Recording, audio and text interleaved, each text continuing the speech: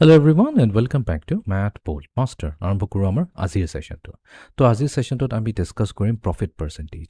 তো last video সেশনটোত আমি already discuss কৰি থৈছিলোঁ যে তিনটা পেন তুমি কিনিছা 10 টকাত আৰু তোমাৰ ফ্ৰেণ্ডক 3 ডিফাৰেন্ট ওয়েজত সেল কৰিব পাৰা। এটা কেছত য'ত আমি সেল কৰিম য'ত আমাৰ সেলিং প্ৰাইচটো কষ্ট প্ৰাইচতকৈ সদায় বেছি থাকে তেতিয়া আমি প্ৰফিট কৰোঁ আৰু যদি আমাৰ সেলিং প্ৰাইচ এণ্ড কষ্ট প্ৰাইচ সেম থাকে তেতিয়া হ'লে নো প্ৰফিট নো লছ হয় এণ্ড ফাইনেল কেছত যদি আমাৰ সেলিং প্ৰাইচটো কষ্ট প্ৰাইচত কিনা দামতকৈ যদি বেচা দামটো কম হয় তেনেহ'লে আমাৰ লছ হ'ব। তো আজি আমি কি কৰিম আমি যোনটো প্ৰফিটৰ কেছত আছে তাৰে ওপৰতে আমি এটা নতুন টপিক ডিসকাস কৰিম যোনটো হৈছে প্ৰফিট পাৰ্চেন্টেজ। একচুৱেলি একো নতুন নহয়, এইটো আমি অলৰেডি এইবোৰ বস্তু শিকিয়ে থৈছোঁ, জাষ্ট আমাৰ নামটো চেঞ্জ হৈ গৈছে প্ৰফিট পাৰ্চেন্টেজ। তো আমি সেম এক্সাম্পলটো চ' কুৱেশ্যনটো হৈছে তো আমি এটা কলম কিনিলোঁ, ঠিক আছে, কলমৰ দাম আছিলে 10 টকা। নেক্সট আমি কি কৰিলোঁ এই কলমটোক বিক্ৰী কৰি দিলোঁ, আমাৰ ফ্ৰেণ্ডক বিক্ৰী কৰিলোঁ অলপ বেছি দামত 12 টকাত বেছি দিলোঁ। তো এতিয়া আমি ডেফিনেটলি জানো আমাৰ ইয়াতে কি হৈছে প্ৰফিট হৈছে, আমাৰ ইয়াতে প্ৰফিট হৈছে। এতিয়া আমাৰ কিমান টকাৰ প্ৰফিট হৈছে সেইটো কেলকুলেট কৰিবৰ কাৰণে আমি সদায় কি কৰোঁ সেলিং প্ৰাইচৰ পৰা আমি কষ্ট প্ৰাইচটো মাইনাছ কৰি দিওঁ।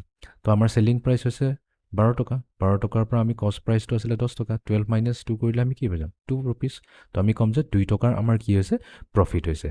তো আজিৰ কুৱেশ্যনটো হ'ব তেনেহ'লে আমি আমাৰ যোনটো প্ৰফিট পাৰ্চেন্টেজ হ'ল এই প্ৰফিট পাৰ্চেন্টেজটো কিমান হ'ল, ঠিক আছে, এইটোৱে কুৱেশ্যন হ'ল আমাৰ আজিৰ টপিকটো।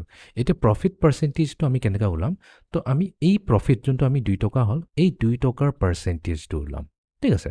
তো মানে আমি যে 2 টকাৰ প্ৰফিট কৰিলোঁ সেইটো আমি পাৰ্চেন্টেজ কনভাৰ্ট কৰিম। তো এতিয়া এই বস্তুটো আমি কেনেকৈ কনভাৰ্ট কৰিম, তো এইটো কাৰণে এটা বস্তু এটা কি আইডিয়া এটা আছে মনত ৰাখিব লাগিব যে প্ৰফিট আমি যেতিয়া কেলকুলেট কৰোঁ সদায় মনত ৰাখিব যে প্ৰফিটটো আমি কাৰ ওপৰত calculate profit percentage.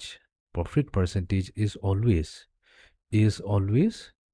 calculated on the cost price। যোনটো দামত আমি কিনিছোঁ সেইটোৰ ওপৰতহে আমি প্ৰফিট পাৰ্চেন্টেজটো কেলকুলেট কৰোঁ। তো তাৰ মানে আমি কিমান কৰিছোঁ আমাৰ 2 টকাৰ প্ৰফিট হৈছে, ঠিক আছিলে 2 টকাৰ প্ৰফিট হৈছে ক'ত আমাৰ কষ্ট প্ৰাইচটো কিমান আছিলে আউট অফ 10 ৰুপিজ। আমি 10 টকা খৰচা কৰিছোঁ, এই 10 টকাৰ পৰা আমাৰ 10 টকা আমি খৰচা কৰি পেলাই আমাৰ কিমান টকা প্ৰফিট হৈছে 2 টকাৰ প্ৰফিট হৈছে। তো আমি এটা ফ্ৰেকশ্যন পাই গ'লোঁ, আমাৰ কুৱেশ্যনটো হৈছে এইটোৰ পাৰ্চেন্টেজ কিমান হ'ব।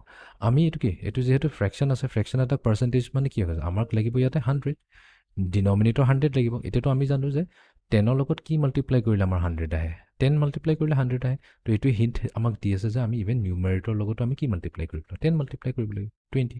তো আমি ক'লোঁ যে 2 আউট অফ 10 এই ফ্ৰেকশ্যনটো আমি কি ক'লোঁ 20 বাই 100 কওঁ বা 20 per 100 কওঁ বা 20 per চেণ্ট মানে এইটো হৈ যায় চেঞ্চুৰী। তো এইটোৱে হৈ যাব আমাৰ আনচাৰ 20%। তো তাৰমানে আমি যে এই 10 টকাৰ কলমটো যে আমি 12 টকাত বিক্ৰী কৰিলোঁ আমাৰ যোনটো হৈছে প্ৰফিট অফ 2 ৰুপিজ, এই 2 ৰুপিজটো আমি কৈছোঁ যে আমাৰ যোনটো প্ৰফিট পাৰ্চেন্টেজ হ'ব সেইটো হ'ব 20%। তো এইটোৱে হৈছে কেলকুলেশ্যন। তো এটা কাম কৰোঁ আৰু এটা আমি ডিফাৰেণ্ট প্ৰব্লেম এটা লৈ লওঁ তেতিয়া বস্তুটো বুজিবলৈ আৰু ক্লিয়াৰ হৈ যাব। চ' লেটছ চে এবাৰ কলম নহয় পেলাই এবাৰ এটা বেলেগ এটা বস্তু কিনিছোঁ, ঠিক আছে, কিতাপ এখন কিনিলোঁ, অলপ দামী কিতাপ আছিলে, কিতাপখনৰ দাম হৈছে 1000 ৰুপিজ, ঠিক আছে। 1000 ৰুপিজত আমি কিনিলোঁ আৰু ইয়াক আমি বিক্ৰী কৰিলোঁ লেটছ চে 1050 ৰুপিজত, ঠিক আছে, 50 ৰুপিজ 1050 ৰুপিজক চেল কৰিলোঁ। তেনেহ'লে আমাৰ ইয়াতে প্ৰফিট হ'বনে নাই, ডেফিনেটলি প্ৰফিট হ'বই হ'ব, লছটোতো কোনো কথাই নাই, বিকজ আমাৰ চেলিং প্ৰাইচ কষ্ট প্ৰাইচতকৈ ডাঙৰ আছে। যেতিয়া এই কেছটো হ'ব প্ৰফিট সদায় হ'বই হ'ব। তো এতিয়া আমি কি কৰিব লাগিব চিম্পলি চেলিং প্ৰাইচ মাইনাছ কষ্ট প্ৰাইচ কৰিলে হৈ গ'ল। তো চেলিং প্ৰাইচ আছে আমাৰ 1050, কষ্ট প্ৰাইচ আছে আমাৰ 1000। তো তাৰমানে আমাৰ কিমান হ'ল কেইটকাৰ প্ৰফিট আমি কৰিলোঁ 50 টকাৰ প্ৰফিট কৰিলোঁ। এতিয়া আমাৰ নেক্সট কুৱেশ্যনটো হৈছে যে আমাৰ প্ৰফিট পাৰ্চেন্টেজটো কিমান হয়। চ' প্ৰফিট পাৰ্চেন্টেজটো মই কি কৈছিলোঁ প্ৰফিট পাৰ্চেন্টেজ সদায় কষ্ট প্ৰাইচত ওলায়। তো আমি ক'লোঁ যে আমাৰ 50 টকা লাভ হৈছিলে, ঠিক আছে, 50 টকাৰ লাভ হৈছে কি 1000 টকা কিতাপ এখন বিক্ৰী কৰি পেলাই আমাৰ 50 টকা লাভ হৈছে। চ' 50 আউট অফ 1000। এতিয়া কেছটো হৈছে এইটোক আমি পাৰ্চেন্টেজলৈ কনভাৰ্ট কৰিব লাগে। চ' পাৰ্চেন্টেজৰ কনভাৰ্ট কৰা মানে কি আমাৰ ডিনমিনেটৰ হ'ব লাগিব 100। তো এতিয়া আমি অলপ কেয়াৰফুল থাকিব লাগিব, ইয়াতে 1000 আছে, 1000ৰ পৰা 100 কেনেকৈ আহিম। তো 1000ৰ লগত যদি আমি 10 ডিভাইড কৰি দিওঁ মানে 1000ক যদি 10 ডিভাইড কৰি দিওঁ তেতিয়াহে 100 আহিব। তো তাৰ মানে আমি নিউমাৰেটৰটো আমি কি কৰিব লাগিব 10ৰে ডিভাইড কৰিব লাগিব। তো 50ক যদি আমি 10ৰে ডিভাইড কৰোঁ তেনেহ'লে আমি কি পাম 5 পাই যাম। তো 5/100 মানে কি 5/100 মানেতো হৈছে 5%। তো তাৰ মানে এটা কিতাপ যদি আমি 1000 ৰুপিজত কিনি পেলাই যদি 1050ত বিক্ৰী কৰোঁ প্ৰফিট হ'ব 50 টকা আৰু প্ৰফিট পাৰ্চেন্টেজ হ'ব আমাৰ 5%।